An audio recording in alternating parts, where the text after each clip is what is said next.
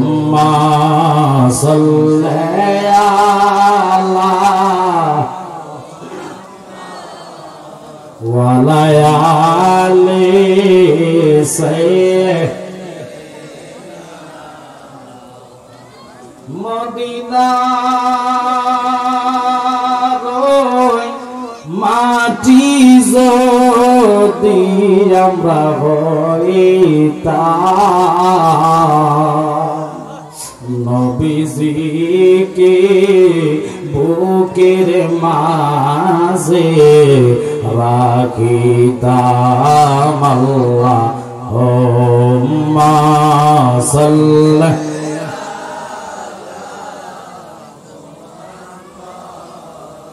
wa layali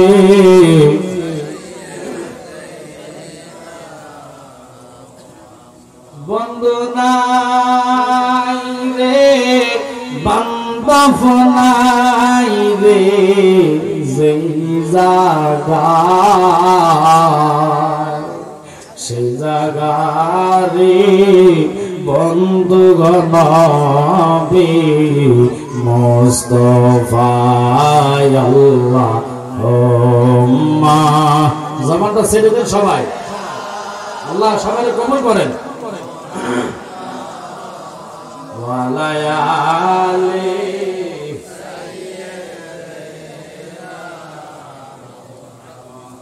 সকলে একসাথে বলুন আলহামদুলিল্লাহ আমাদেরকে মাওলা কবুল করেছে অত্যন্ত আনন্দ লাগে খুশি লাগে যদি গরমের তাপমাত্রাটা বেশি লাগে কোটি কোটি ভাগের এক ভাগ হাসরের গরম এখানে পড়ে না আমরা অনুমোদন করতে পারি নাই যে আল্লাহ কি না করতে পারে দেখবেন বৃষ্টি আসার আগে যখন একটা তুফানের বাতাস হয় বাতাসটা যাওয়ার সাথে সাথে 10 মিনিটও লাগে না 1 মিনিটও লাগে না পুরো দুনিয়াটা ঠান্ডা কথা কন ঠিক কি না অথচ তুমি আমি যদি 100টা ফাঁকা লাগাই এরকম ঠান্ডা করার ভাবনা আমাদের আছে নাই তো ওই মালিক আপনাকে পছন্দ করেছে নবীজি সিগনেচার দিয়েছে আল্লাহর ওলিরা সংসদে আপনার নাম উত্থাপন করেছে আল্লাহু আকবার বলেন আপনি এমনি আসছেন নট তাম পৃথিবীটা আল্লাহ নিয়ন্ত্রণ করে করিতে থাকবে কিয়ামত পর্যন্ত ওলি আল্লাহর মাধ্যমে সুবহানাল্লাহ আমরা সুবহানাল্লাহর ধ্বনিতে বোঝা যায় সুবহানাল্লাহরও গরম করছে আশিক রাসূল এটাকে বলে না আমরা কিসের আশিক রাসূল হইলাম আশিক রাসূলের এত পাওয়ার এত দাম নবীকে যখন সাহাবায়ে কেরামরা প্রশ্ন করতেন নবী গো আল্লাহ তো ভয়ঙ্কর ভাবে জাহান্নামের আগুন কুটি কুটি একটা সূর্যের তাপ আমরা সইতে পারি না 9,88,00,000 মাইল দূরত্ব থেকে এই সূর্য উল্টা ফিরে তাও হবে হাতের বাগদা ফিট উল্টা ফিট আছে কি নাই গভীর খেয়াল করবেন যদি আপনারা ভালোবাসেন ভালোবাসা কাকে বলে এটা বুঝাবো আর ভালোবাসার টানেই আমার রাসূল আপনার মৃত্যুর দুয়ারে হাজির হবে আমরা তো নবীকে ভালোবাসছি মুখ দিয়ে অন্তর দিয়ে না যদি অন্তর দিয়ে ভালোবাসতাম একটু কথা খেয়াল করবে এই ফতেপুরের মানুষ যদিও আসে মাঠটা কি খালি থাকে তো ভালোবাসার নাম কি চা দোকান ভালোবাসার নাম কি মার্কেট দোকান দেখার জন্য অসংখ্য মানুষ আছে আমি প্রায় জায়গা বলি মাহে রমজান যে আসে আগের দিনে রমজান এখনকার রমজান আসমান আর জমিন এবার বলা ঠিক যে বললেন না জানি না কইছে আগে জানি না বাঙালির খাদ্য উত্তর কি হবে না হবে ঠিক কথা লাগে শুনে মাহে রমজান কয় দিন একটু কথা বলেন 30 দিন ভাগ করলেন 3 ভাগে কয় ভাগে যারাই আছেন যত বলবেন বামপন্থী যারা আমি কাউকে গালিগালাজ না মন্দ না একটু জ্ঞান খরচ করেন সবচেয়ে বড় আদালত হলো বিবেক আমি ওই বিবেকের কাছে কথাগুলো উত্থাপন করব জ্ঞানী গুণী সুন্নি ভাই বাবারা সুশীল সমাজের বাবারা কলেজ ভার্সিটির ছেলেরা এবং পর্দা নিশীর মা বোনেরা সকলের জন্য মৃত্যু অনিবার্জিত কোরআন বলে কুল্লু নাফসিন যায়কাতুল মরার ভয় যদি মানুষের অন্তরে থাকতো, খোদার কসম রাস্তাঘাটে চা দোকানে থাকতো না। মৃত্যু যে কত ভয়ঙ্কর, মৃত্যু যে কত যন্ত্রণাময়, যারা আলেম ওলামা কোরআন হাদিস আজমা কি আছে যে একটা ওপের চামড়া জবাই না করে উল্টা খালাইলে যে কষ্ট হবে, তার সে 70 গুণ কষ্ট একজন পয়গাম্বর যিনি হলে ঈসা রুহুল্লাহ, ওনার আম্মা জানের কষ্ট হয়েছে। আমি ওই দিকে যাওয়ার আগে বলবো, দুনিয়া দুনিয়া করতে করতে মানুষ স্টক করে, বাড়ি গাড়ি টাকা পয়সা নারীর জন্য মানুষ পাগল হইয়া যায়, ঠিক কিনা? কোনদিন শুনছেন নি একটা রোজা ভাঙার কারণে কোন লোক স্টক করছে? উল্টা রমজান আসলে মানুষ ভয় থাকে, চিন্তা করে একটা মাস কিভাবে কাটাইব। আর যারা রোজাদার তাদের কাছে তো নেয়ামত। এখনকার রোজা আসে মা বোনদের জন্য মার্কেটিং এর লাগিয়া, মিথ্যা কইলে আল্লাহ জিব্বা কাটবো। রোজা আসলে দেখবেন আপনার নবাবপুর বাজারে আনন্দ যায় না, মার্কেটে ঢুকা যায় না মহিলাদের জন্য, কিন্তু রোজা তো আসছে 11 মাসের গুনাহ জ্বালানোর জন্য। মাহে রমজান মার্কেটিং এর জন্য আসে নাই। মা বোনেরা শুনে নেন গো মা, 11 মাস পরে রইল মার্কেটিং করতে পারবেন। আল্লাহ মাহে রমজান এত দামি কেন, এত সম্মানী কেন? রমজানকে জিগাইলাম, প্রশ্ন করলাম, তোমার এত দাম, এত পাওয়ার, তুমি যখন ঘুরে 11 মাস পরে আসো, আল্লাহ 7টা জাহান্নামের দরজায় তালা লাগায়। কথা বল না, রহমতের দরজা, জান্নাতের দরজা খুলে দেয়। তুমি রমজানে মারা গেলে মানুষের আযাব হয় না। তুমি রমজান এমন একটি রমজান, 11 মাসের গুনাহ শুধু জ্বালানো, ওদি হইতে বলে মাহে রমজানের ইবাদত লাগে। 1 রাকাত নফল পড়লে ফজরের সওয়াব দেয়, ফরজের সওয়াব দেয়। কথা বল না, ওই মাহে রমজান রে জিগাইলাম, তুমি কেন এত দামি, এত সম্মানী রোজা? কয় আমি দামি ছিলাম না, সম্মানী ছিলাম না, আমি দামি হয়েছি একমাত্র আমার মাসে কোরআন নাজিল হয়েছে। খারাপ লাগতেছে আমার? ও কোরআন তোমার কারণে নাকি রমজান দামি? তুমি কার কারণে দামি? আমার নবী কেমন দম? এই নবীর ইজ্জতের সাধন নিয়ে বাংলাদেশের কিছু জালেম নামে শয়তানেরা টানাটানি করে, সকালে একটা বিকালে আরেকটা। আসেনিও? আর সুন্নিরা জীবন দিতে শিখেছে, ইমান দিতে শিখে নাই। তোমাদের পূর্বপুরুষ টান দাও, ইজিপ্ট মস্তকের জন্য ঈমান দিয়েছে, ঠিক কি না? কিন্তু আমরা ঈমান দিতে শিখি নাই। হুসাইন কয় না ভাই, আমার 70 বার যদি আল্লাহ দুনিয়াতে আবার পাঠায় তবু আমি শহীদ হইব, লেকিন তোমার একটা উম্মত রে জাহান্নামে যাইতাম দিতাম না। সালাতুন ইয়া রাসূলুল্লাহ আলাইকুম, সালামুন ইয়া হাবিবাল্লাহ, মাশাআল্লাহ। সালাতুন ইয়া রাসূলুল্লাহ আলাইকুম, সালামুন ইয়া হাবিবাল্লাহ, বানা দে মে রসিনে কো মদিনা, লিকালো বারে গম সে সুফিনা। সালাতুন ইয়া মাশাআল্লাহ, সালামুন ইয়া।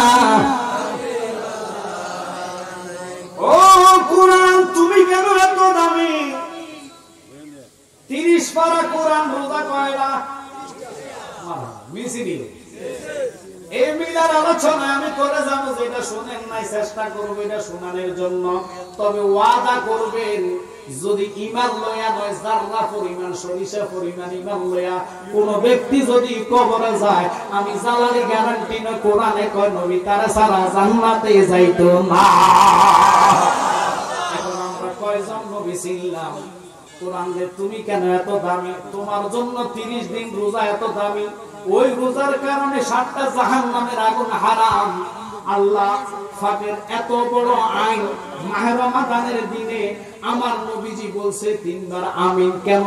যারা রমজান রেখা সিয়াম পায়া নিজের গুনাহ মাফ করতে পারে নাই, তার মতন কুফল ফোড়া নাই। আর আমরা দেশে কিছু কিছু দেখবেন স্বাস্থ্যবান লোকেরা মাহে রমাদানের দিনে রোজা রাখে না, সুস্থবান রোজা রাখে না, সিয়াম সাধনা করে না।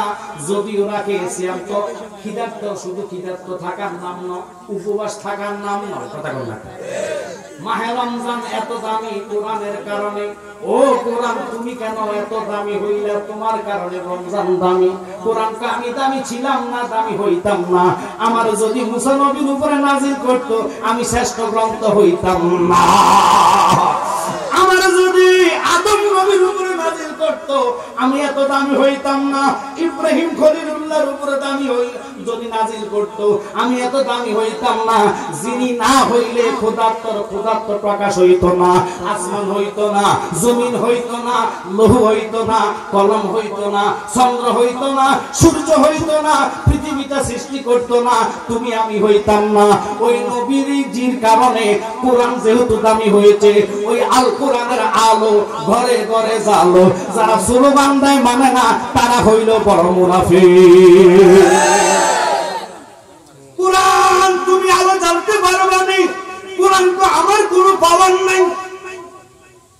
হুজুর এটা কি বলে? নাই নাই, কোরআনের পাওয়ার নাই। কেন নাই জেনে নেন, শুনে নেন। 30 পারার হাফেজ হইলেন, দাওরা পাস করলেন, মুফতি হইলেন, মুহাদ্দিস হইলেন, লা ইলাহা ইল্লাল্লাহ দাবি। কিন্তু আল্লাহ কয় আমার যদি দাবি করো কখনো পাইতা না দলিল ছাড়া। কেন পাইতাম না? আল্লাহ কয় যে কোনো জিনিস পাইতে হলে দলিল লাগে। এই জায়গাতে বসে আছি, এই জায়গা তো আমাদের নাই, জায়গার মালিক আমার রব। কিন্তু দুনিয়াবি খেত খামারি করার জন্য আল্লাহ পাক যে কোনো একজনের মাধ্যমে এটাকে রাখছে। কথা বলতে এখন এই জমিন রে প্রশ্ন করলাম, জমিন রে তুমি এত দামি নয়, তোমার মালিক হইল আল্লাহ। যেহেতু বান্দারে মালিক বানাইছে উসিলা কইরা, মেন মালিক আমার রব। কারণ কবি বলেছেন, পরে জায়গা পরের জমিন ঘর বানাইয়া আমি রই, আমি তো সেই ঘরের মালিক নয়। ঠিক কি না? ও বাবা, খুব খেয়াল করবেন। কেন এই কথার দিকে গেলাম? এবার জিগাইলাম, ও কোরআন তুমি কেন এত দামি? কোরআন কয় আমি আলো দিতে পারতাম না, আমি নূর দিতে পারতাম না। 30 পারা কোরআন যদি গলায় হার বানায়। এবার আসেন, দাওরার হাদিস আপনি পাস করলেন, অথবা কামেল পাস করলেন, ফিকহের উপরে মুফতি হইলেন, মুহাদ্দিস হইলে হাদিসের উপরে পড়া লাগে। আসেন বাবা, মুহাদ্দিস হইলে ও বাবা লক্ষ্য করবেন, মুফাসসির হইলে কোরআনের উপরে পড়া লাগে। এখন আমি প্রশ্ন করলাম, সব বিষয়ে আপনার ডিগ্রি আছে, কিন্তু এবার জিগাইলাম এই ডিগ্রিগুলা কমনে দামি হবে। কবর তো ডিগ্রি চাইতো না। তুমি কি কামেল পাস, তুমি কি দাওরা পাস, তুমি কি মুফতি পাস, তোমার কি 30 পারা কোরআন ভিতরে আসেনি?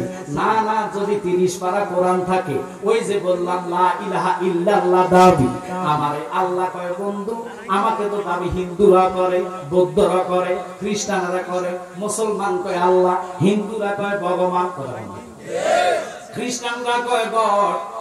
60টা লোক হাসর ময়দানে রাখবে, আমরা কোন নাফসি আল্লাহ, নাফসি আল্লাহ। কথা বল না। হিন্দুরা কইব ভগবান ভগবান, খ্রিস্টানরা কইব ঈশ্বর, বৌদ্ধরা কইব ঈশ্বর, খ্রিস্টানরা কইব গড। 60 জনকে যখন আল্লাহ দুনিয়াতে বসে বসে ডাক দেয়, এখন আল্লাহ তো কাউকে নৈরাশ করে না। কথা বল না। কোন হিন্দু না খাই আছে, কোন বৌদ্ধ না খাই আছে, কোন খ্রিস্টান না খাই আছে। এবার আমার উত্তর দেন, রিজিকের মালিক কি? আল্লাহ যদি রিজিকের মালিক হয়, হিন্দুরা আল্লাহ কেন খাওয়া? কারণ তারা আল্লাহর বান্দা। কথা বল দেখা, বৌদ্ধরা কার বান্দা? আল্লাহর বান্দা। আল্লাহ সবাইকে রিজিক দেয়। সর্বপ্রথম রিজিক লেখা হয়, এরপরে মৃত্যু। কথা বল না। এখন 4 জনে দাবি করলেন, আল্লাহ কয় আমারে পাইতে হলে 1 নম্বর দলিল লাগবে। এখন দলিলের কথাটার দিকে আমি কেন গেলাম? আপনার এই জায়গায় যদি আপনার মামলা চলে, 4 ব্যক্তি যদি দাবি করে, আমার বাগিনা থেকে হুজুর মানে এই ভাই পর্যন্ত 4 জনে আমরা জজের কাছে বললাম জায়গা আমার, জজ সাহেব করব কাগজপত্র দেখান, দলিল যার সঠিক তার জায়গা হবে, ঠিক কিনা? আমি যদি কই স্যার আমার দলিলটা তো মেঘে বিদ্যা নষ্ট হয়ে গেছে, স্যারের কোনো সমস্যা নাই, ফাঁসা কুরান দুইটা মারবেন, এই কথা বলে কি খাটবো? লাগবো কিটা দলিল? কেন এই কথা বললাম? আমাদের দেশে যারা আছে কোরআনের স্লোগান দেয়, কোরআনের আইনে দেশ চালাইবো, কিন্তু নিজে কোরআনে নাই। যদি নিজেরা কোরআনের আইন মানতো, কেমনে ফোলা বলৎকার করে? কথা বল না কা? রাসূলের ইজ্জতে আঘাত করতে তাদের কলিজায় আঘাত হয় না, ভয় লাগে না, ফোলা বলৎকার মসজিদের ভিতরে করে। কথা বল না কা? কত বড় দুষ্ট তারা, তাদের কাছে দেশ নিরাপদ হবে এটার গ্যারান্টি পৃথিবীর কেউ দিতে পারবে না। জালালি শুরুতেই বললাম দেশ ঠান্ডা হবে না, খোদার কসম জালালি নাফাক জবানে বলে যাইতেছি, চ্যালেঞ্জ করলাম যদি আমার কথা সঠিক না হয় জুতা দিয়ে পিটবেন।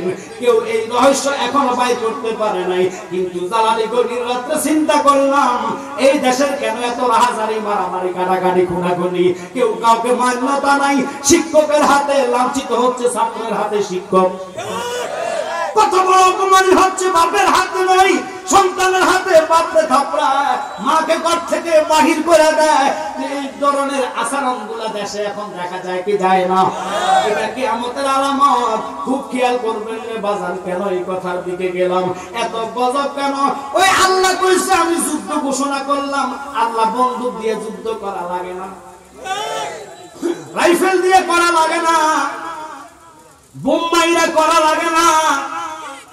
আমি জালালি গ্যারান্টি দিয়ে বললাম, যিনি এই দেশের বর্তমান প্রধান উপদেষ্টা ডক্টর ইউনূস, আমি ফাই মাহফিলে বলি উনার বিবেকে দরকার না দরক কিছু করার নাই। আল্লাহর কসম, যতদিন ওলি আল্লাহর মাজার ভাঙার বিচার সঠিকভাবে না করব রে, এই দেশে কখনো আর ঠান্ডা হইব না। কারা কারা কথা বলবেন?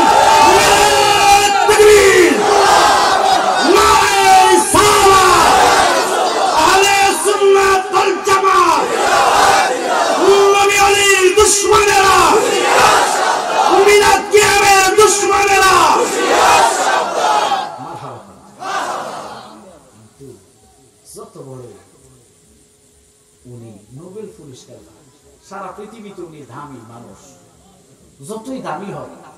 ওলি আল্লাহর কথা কি জানেন? দুনিয়ার পাওয়ার ক্ষমতা যেখানে শেষ, ওখান থেকে বেলায়েতের পাওয়া শুরু।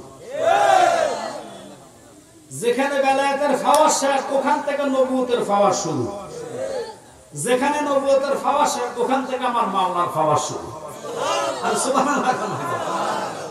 এখন কথাটা বললাম, 4 জনে জায়গা দাবি করলো, এই জায়গার মালিক কেডা? যার সঠিক দলিল এই জায়গার মালিক। এখন আমি কইছি আল্লাহ, হিন্দু কয় ভগবান, বৌদ্ধ কয় ঈশ্বর, খ্রিস্টানরা কয় গড। 4 জনে জায়গা দাবি করলো, ওই জায়গা আল্লাহ কারে দিব, কার পক্ষে যাইব? আল্লাহ কয় লা ইলাহা ইল্লাল্লাহ। এতটুক তুমি গলার হার বানাইলা, 30 পারা হাফেজ হইলা, দাওরা পাস করলা, মুফতি লাগাইলা, মুহাদ্দিস লাগাইলা, মুফাসসির লাগাইলা, যত ডিগ্রি বাংলাদেশে নয় পৃথিবীতে আছে ডিগ্রি, তুমি মাস্টার হইলা, লাভ নাই। কারণ কি? লাখো মুমিন হ মগর ঈমান নেহি তো কামেল নেহি, ঠিক কি না? এখন সকল লোক দ্বারা আমি জালালিও দ্বারা কেমনে? নবী বলে লা ইউমিনু আহাদুকুম হাত্তা আকুনা আহাব্বা ইলাইহি মিন ওয়ালিদিহি ওয়া ওয়ালাদিহি ওয়ান নাসি। আল্লাহু আকবার বলে। এবার আসেন এই কথাটার মধ্যে আমরা একজনও নাই। কেমনে? আমি জালালিও নাই, শুনে নেবেন। নবীজি কয় লা ইউমিনু আহাদুকুম হাত্তা আকুনা আহাব্বা। তোমরা পরিপূর্ণ ঈমানদার হইতে হইলে, যদি পরিপূর্ণতা ঈমানদার লাভ করতে হয়, খুব খেয়াল করেন, আপনারা আমার দিকে লক্ষ্য করতে হবে। আচ্ছা বলেন তো, টাকা বড় না জান বড়? জোরে বল। এটা কি মুখে কইছেন না অন্তরে কইছেন? সত্যি করে কইন, এই কথাটা সত্য না মিথ্যা? যেমন আমি মনে করেন এখন কুমিল্লা রওনা দিলাম অথবা দরবার, ফতে মধ্যে যদি আমার ডাকাত ধরে, আমার মোবাইলে বিকাশে 1 লাখ টাকার উপর আছে, কথা আমাদের মোবাইলে টাকা থাক, আর একটা মোবাইল আছে যেটা লাইভ চলতেছে, এটা সহ ডাকাত যদি আমার চুরি ধরে, চুরি ধরার আগে আমি কোনো আব্বা যা চান সব লইয়া যায়, তবু আমার জান ভিক্ষা দেয়, কথা বল না আর কথা বল না। আমরা যে কোনো লোক, আমি বলেন আপনি বলেন, জান বাঁচানোর জন্য দুলাভাই জেঠা আব্বা যা কোনের দরকার সব করবো, কথা বলেন, তবু আমি জান ভিক্ষা চাই, কথা বল না, কিন্তু রাখে আল্লাহ। ঈদের পরের দিন আমার মাহফিল ছিল বিজয়নগর। ঈদের দিন রাত্রে একটা ঘটনা ঘটছে যেটা আমাদের মুরিদান অনেকেও জানে না। আব্বা হুজুরের মাজার দীর্ঘ 8 বছর হয়েছে আব্বা হুজুরের কথা করছে। ওনার মূল মাজারে টাইস করার সময় মিস্ত্রি যখন উপর উঠছে, ও তো মনে করছে যেভাবে অন্যান্য মানুষকে ডালা মাটি দিয়ে কবর ফুরা, এইভাবে মনে কবরটা ভর্তি করা মাটি আছে, উপরে ফাউ দিতে দেরি পুরো দেহ সহ মাজার ভিতরে ঢুকে গেছে। আচ্ছা বলুন তো, আমরা না আশেক ভক্ত ছেলে, ভয় লাগবে না? হেতু তো হইল টাইস মিস্ত্রি, হেতে কি রুল হবে আসে না, হেতে জিঙ্গাল আসে গেছে। 3 ঘন্টা পর্যন্ত হেতে লোর মুখ ছাইয়া বই দিচ্ছে, একটু টিসি দিয়ে। তো পরে আমাদের 3 দিন পরে আমাদের কমিটিকে জানাইছে যে এই পরিস্থিতি, ওয়ার লাগো আমি তো মাজার ভিতরে ঢুকে গেছি না, তো তুই কেমনে আসে, ও কেমনে আসে আমি নিজেও জানি না। পরে কমিটির লোক যায় দেখে, ঠিকই মাজার পুরা একেবারে মানে আব্বা হুজুরের দেহ তখন দেখা যায়নি, কারণ আমরা হাটবোর্ড দিয়েছি, হাটবোর্ডের উপরে মাটি দিছি, এইভাবে ছিল। পরে মাটিগুলো আমার শরীরের উপরে ছিল। তা আমাদের কমিটিতে সিদ্ধান্ত ছিল যে 7-10 দিন দেখি আব্বা হুজুর তাআলা বলি, দেখি উনি কোন এলহাম, কোন স্বপ্ন কোন দেখায় কিনা, কাউকে ইঙ্গিত করে কিনা।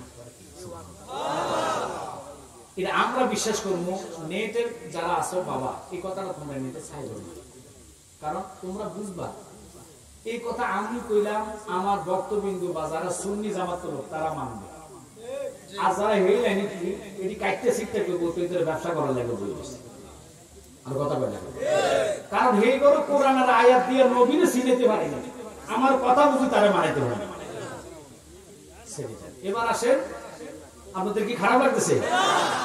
পরে 7-10 দিন অপেক্ষা করার পরে কমিটি আমার ভাই মোয়াররফ জালালী সাহেবকে বলছে যে উনি তো আমাদের দরবারের সভাপতি, মোশাররফ জালালী ছিল বড়, উনি হলো মেজু, ওই হিসেবে ওনাকে আমরা সভাপতি করেছি।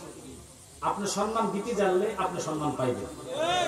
আমার আব্বা জানে, মাইন্ড করবেন না, আমরা 8 ভাইকে আব্বা ডাইরেক্ট বলছে বদিনিসীন কাউকে করা যাবে না, তোমাদেরকে খেলাফত দিলাম, আমার সন্তান তোমরা।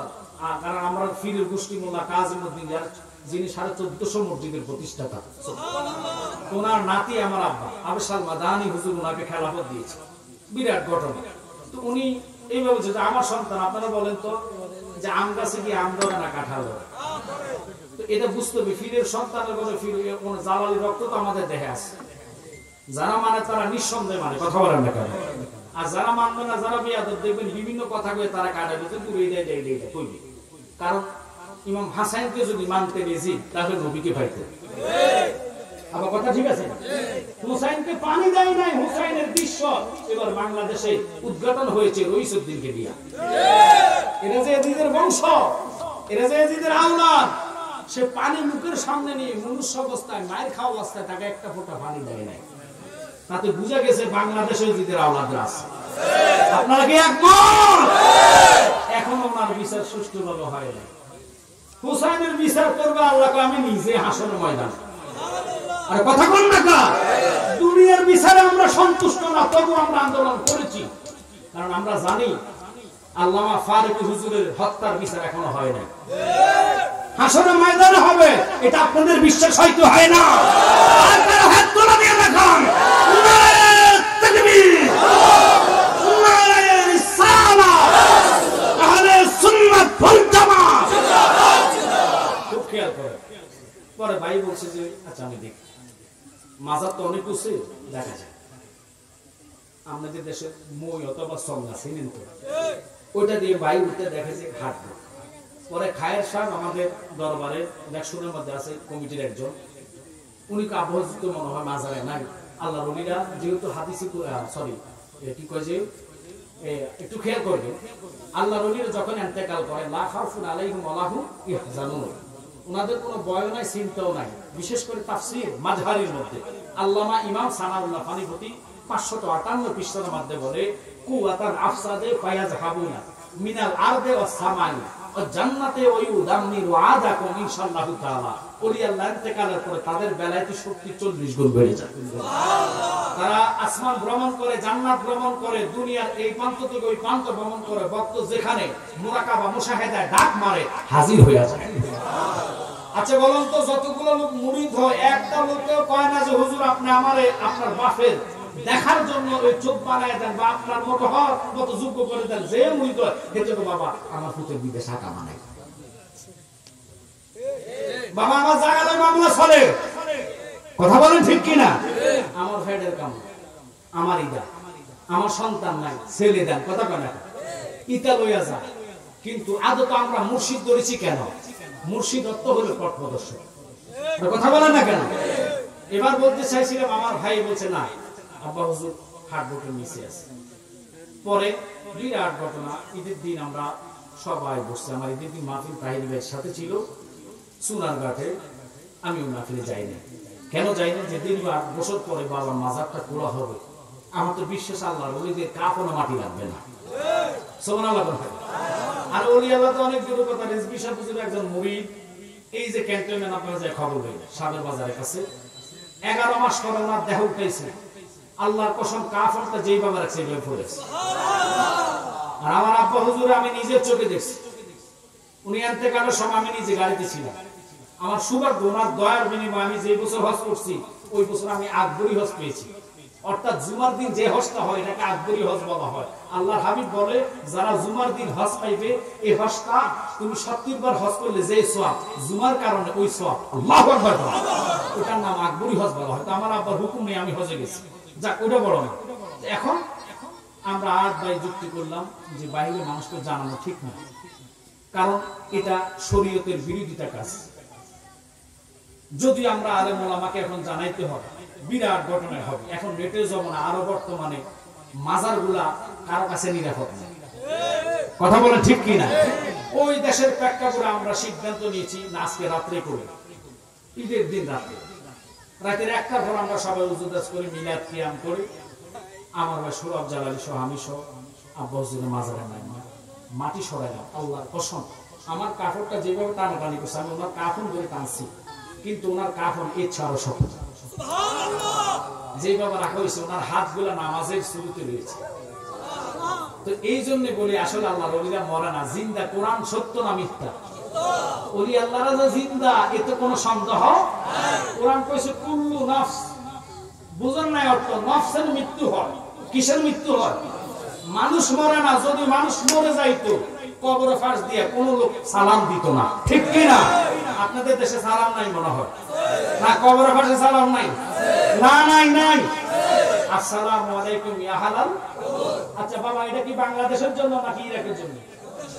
সারা পৃথিবীর জন্য আইন। সকল মানুষ কবর যখন যাওয়া হয় তাকে রূহ আবার ফেরত দেয়। কি বিশ্বাস হয় কি হয় না? এখন আমার কথা হলো কোনটা?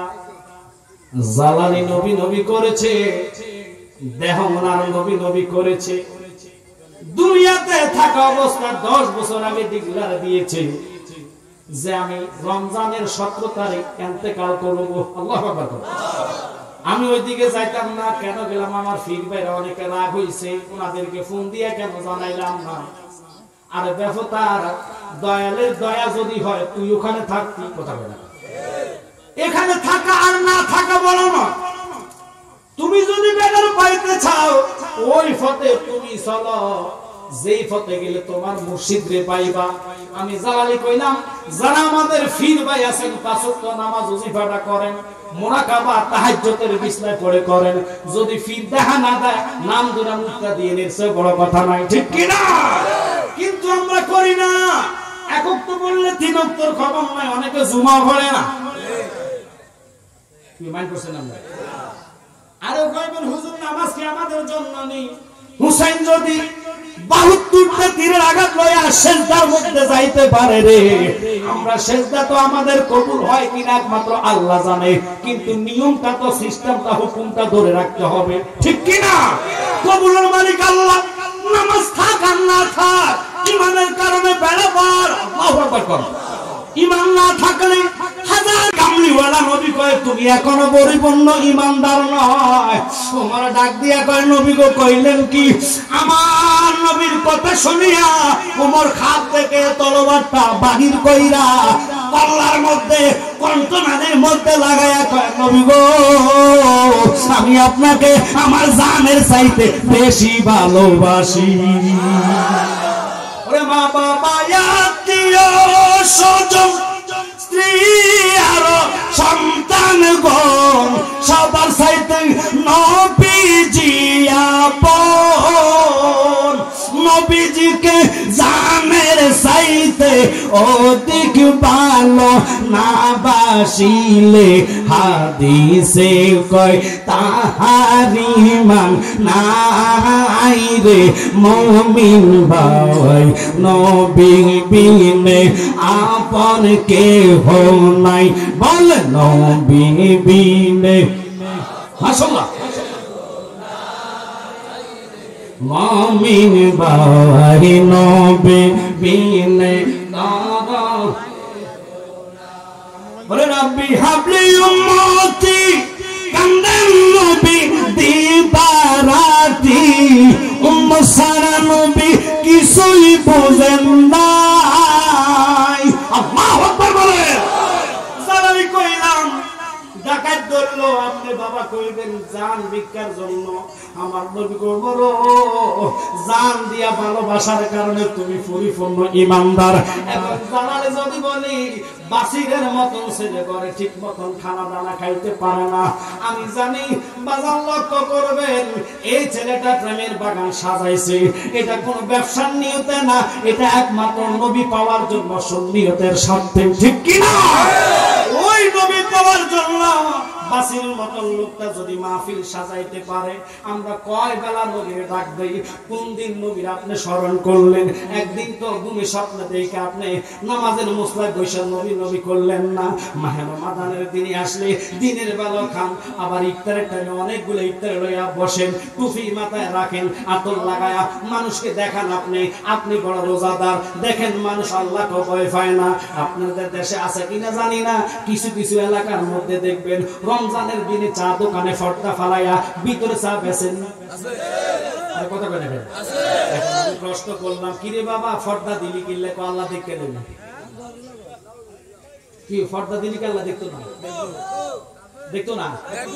তাহলে ফর্দা কেন দিলা? হুজুর ফর্দা আল্লাহর ভয়ে দেয় নাই, দিছে বান্দার ভয়ে। আরে কথা কোন লাগা?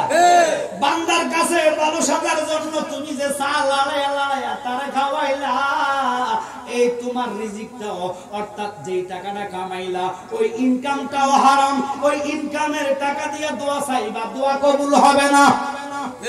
কথা বল না কা? জানাই ফতোয়া দিলে হতে কইবেন গায়ের জোরে ফতোয়া গায়ের জোরে না।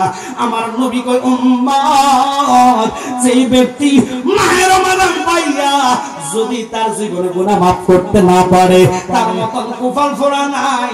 ওই রাসূলকে আপনি এমন ভালোবাসলেন জানের চাইতে মুখে অন্তর দিয়া না। যদি জান দিয়া ভালোবাসতো বাংলাদেশের মানুষ, এতগুলা মাজার ভাঙা হয়েছে, যারা মাজারওয়ালা লোক এই দেশে যদি না আসতো কোরআন পাইতাম না, নামাজ পাইতাম না, সেজদা কিভাবে দেয় পাইতাম না। শাহজালাল ইমানি আল্লাহু আকবারের ধ্বনি দিয়া বাংলাদেশে ইসলাম জয় করেছে, ঠিক কিনা?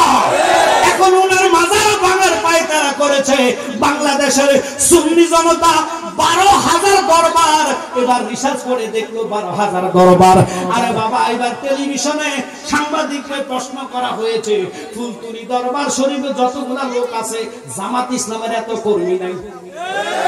বাংলাদেশে যদি বাজমান্ডারি, সরসিনা, বিশেষ করে আটকশি, এরপরে রাজাপুর দরবার, কানিয়াপুর দরবার, আবার সালমানি দরবার, এই দরবার গুলা 12,000 দরবার একসাথে যদি মাঠে নামে, যারা মাজারের ইটা গুলা ভাঙছে ফালাইবার রাস্তা পাইতো না।